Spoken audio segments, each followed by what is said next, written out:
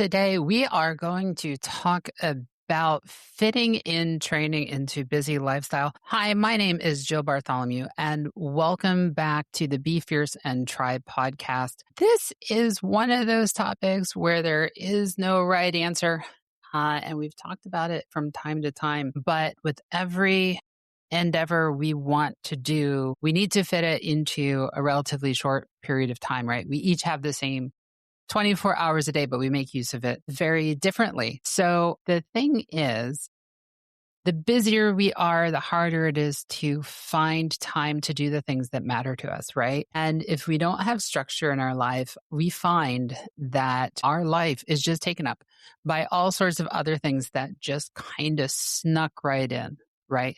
So we're going to talk a little bit about that. But first, a couple of good news ideas. So if you're training for an endurance event, whether it's your first sprint, your first half marathon, maybe it's your 30th marathon, maybe you're registering for Dopey tomorrow, which hopefully kicks off your training for the event next January, or maybe you're training for your first Ironman, you might look at the plans and be like, holy moly, how am I going to fit that all in? A solid full distance Ironman training plan might easily consume 16 to 18 or more hours a week. And even a marathon or a half marathon plan might still hit that like 8 to 12 hour a week mark, especially as you're in the peak weeks doing your long runs. So the good news is we don't need unlimited time, which is good because none of us have that. At least no one that I've ever met has unlimited time. And every day, once you hit 40, it feels like we're reminded of that when we get up in the morning, right? But what you do need is structure. I wrote on LinkedIn recently a few newsletter episodes about this topic. It's like, how do we find time to do what we want to do? And the answer is always, we need to bring structure into our life. So kind of thinking through this, right? We need to start from the point of view of perfection. What is perfection? What is perfect training? Very few of us live in a world where perfect is a thing. So everything we do is a balance between perfection, that ideal, like this is exactly what we want. If you're on TriDot or Training Peaks, it's getting that green every week or getting that 100 on your gamification of life. But what we really do is find that spot where good enough is truly good enough. That's the balancing act. So maybe, good enough is instead of getting the 8 hours of sleep at night that you'd like, you're at 7. Or maybe once a week, you need to order out, bring in food that someone else made to give you that extra half hour of time or whatever it is. Like think through your week and like where are the areas that you can kind of give or take. And then on your training, it's not always going to be perfect. There are so many times where I have in my head, I'm like, you know what? I'm going to get up at 5 o'clock in the morning or 4:30 in the morning, and I'm going to do this thing. Usually it's swimming. I like to go swimming when the pool opens at 5. But what I find is when I'm here by myself with my kids and don't have any help, then like it's really hard to get to the pool for 5 when they need to be at school at 7, right? Because then by the time you're in the water, it's 5:05 or 5:07, and then an hour set maybe. And then by the time you're back home, even if you only live a couple minutes from the pool, it's already 6:30, 6:45. And then you're rushing around trying to get the kids to school on time. Maybe that specific scenario doesn't apply to you, but something similar might. And so think through, like, where are the places that you can make compromises? And so instead of going swimming at 5 o'clock in the morning, maybe you go at lunchtime, or maybe it's something that you close your day out with instead of starting it. All sorts of things. And of course, like in this specific example, it all, of course, depends on like what are the hours of the pool. And after several years of doing this, I found that like every pool I know, the hours kind of suck.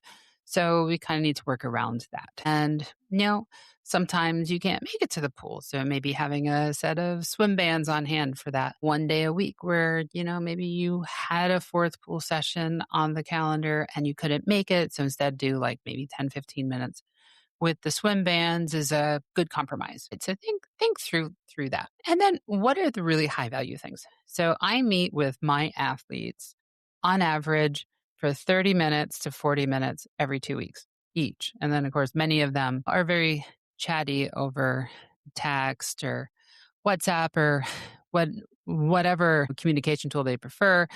And as a coach, I've made available a number of ways to communicate with me, ranging from email to in the app to text, WhatsApp. And we experimented with Facebook, but it didn't really kind of work out as well. One of the things we talk about is why we're doing each session on the plan, right? And what is its intended purpose, right? Some of them, their purpose is maintenance. It's to keep our bodies moving. It's to maintain a level of fitness versus other ones, which are building strength or, they're adding to something or they're adding load, like our long run. A lot of times our long runs, they're just miles, right? They're long miles. They're not hard miles. It's just a lot of miles. And we consider them high stress workouts, but why do we do them? Well, we're teaching the body a lot of things. Part of it is like survival, right? Like you're training for a marathon and you've got your 18 miler this week.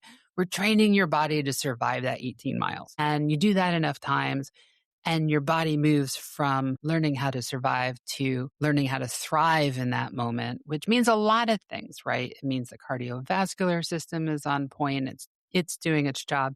And it means that like you've dialed in your nutrition strategy and your body is used to all the pounding that's happening on it repetitively for 18, 19 or more miles. And you're pulling it all together, right? So like as we do more of these long runs, it continually evolves. So a long run is obviously a really important aspect of your week. And so one of the things we talk about is when we get those time pressures, which we do get, we get surprises. What are the things that are must keep and like super high priority to get done versus like the things that are lower priority and less important, right? So depending on your training phase, those 2 or 3 strength sessions this week might be really, really important to keep. But if you're in race prep, that strength session might be less important because it's more about maintaining muscle mass than building muscle mass, right?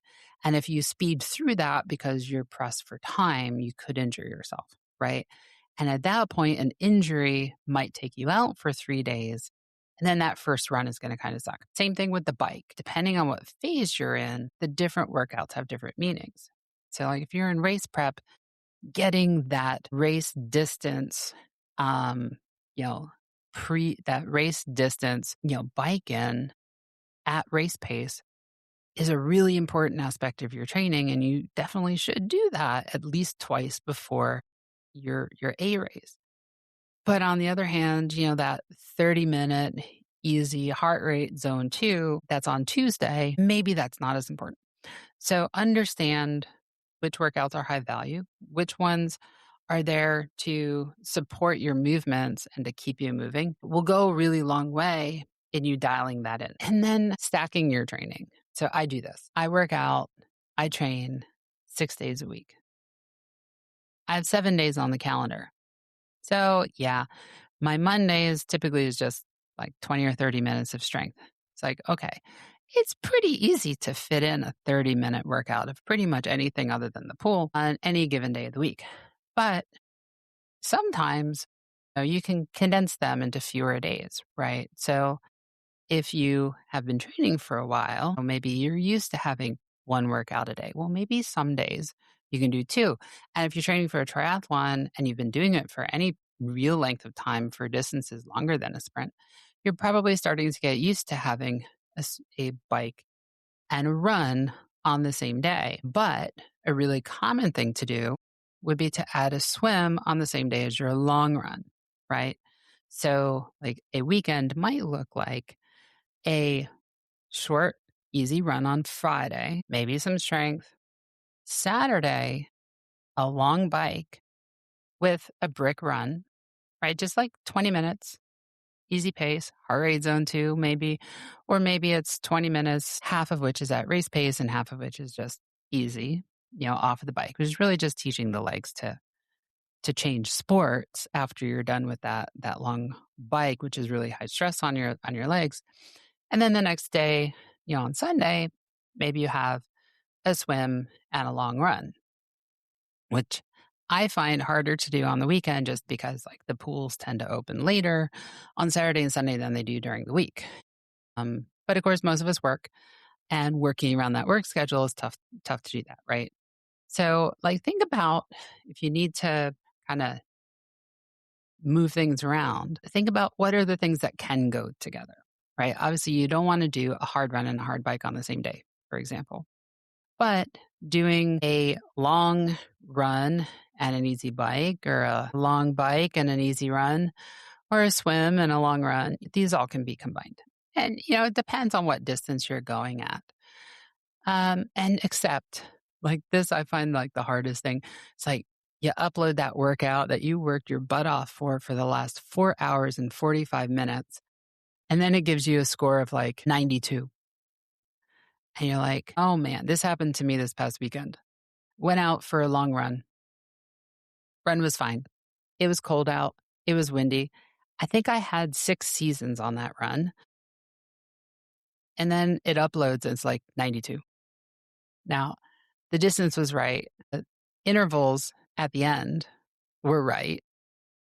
So it's like, what's wrong? Well, you were running too fast. It's like, oh, okay. So I texted my coach and I'm like, well, at some point I stopped watching my watch and my pace just kept improving, right? And why was it improving? Well, because I was out there, I was kind of enjoying myself, and it was really cold out. And so I was kind of motivated to stay warm, because the faster you run, the warmer you tend to be. But not every week is going to be perfect. Some weeks are going to be better than others. Sometimes you've got meetings at work that keep you late, or you're stressed out, or the kids are sick, or like today we have, all sorts of weather happening, and the schools decided they were going to dismiss at 12:45. So like stuff happens. It's okay. Accept it. You're in for the long haul. And that's really important to remember, is like you're in for the long haul. You're not in it for like a gain tomorrow, or maybe you are, but if you're training for an endurance sport, like you're not you're not expecting that the difference between today and tomorrow is huge. It's one of those things where like you do the same thing over and over and over and over again, and each time is marginally, incrementally better than the time before. And eventually the difference is pretty dramatic, but the difference between any two things is pretty small. And that's okay. That's the way it's supposed to be, right? That's why an Ironman training cycle is like 9 months or more. It's not 3 weeks, right? What can you accomplish in 3 weeks? Well, maybe we can get you used to sitting in the saddle for a long time. But aside from that, not a lot. But what can we accomplish in 9 months? Well, we can accomplish a lot in 9 months, but a lot of it is repetition, right? It's doing it and showing up and doing it again and again and again and again. The good part of that is if one of those isn't quite as good as the others, its impact on the total is pretty small. The bad side of that is if you consistently don't show up and consistently cheat yourself and lower your intensity, or reduce the amount of time you're out there, or don't give it what it needs, then of course you're going to get out of it what you put into it. So your outcome might not be as good as it could have been. But the reality of your life and my life may not always dictate that we get what we want. We might have to accept that we get 92% of what we want. Like that run I was telling you about, I got 92% of what I wanted, right? I wanted 100. I wanted that ponycorn or that unicorn to show up, and it didn't. And that's okay, because you know what? I showed up. I did what I was able to do on that day, and it was fine. It's not going to ruin my season, and it's not going to ruin yours. Okay. Balancing time, I have found, and coaching other athletes across multiple sports for a long time, it's both you need the desire to fit it in. You need to prioritize what's important to you. If training for your first marathon is what's important to you, then make the time for it. And doing that by creating structure tends to be the easiest thing for most people. As in other aspects of life, the less structured we are about stuff, the less structured the outcome is going to be, right? As they say, shit in, shit out. So add that structure, prioritize, and best of luck to you on getting that in. And for all of you who are training for Dopey and training for your first Ironman, signups for a lot of races are this week. The Run Disney signups are this week. The Ironman season has now started. Little Elm was this past weekend, but the back half of the season races are still in full swing. They're still accepting signups. So as you commit to that distance, think about how you're going to fit in that training into your life. All right. With that, thank you again for listening. Please definitely like and subscribe on whatever platform you're on. And until next time, I'm Jill Bartholomew. Be fierce, be you. And I'll catch you next time.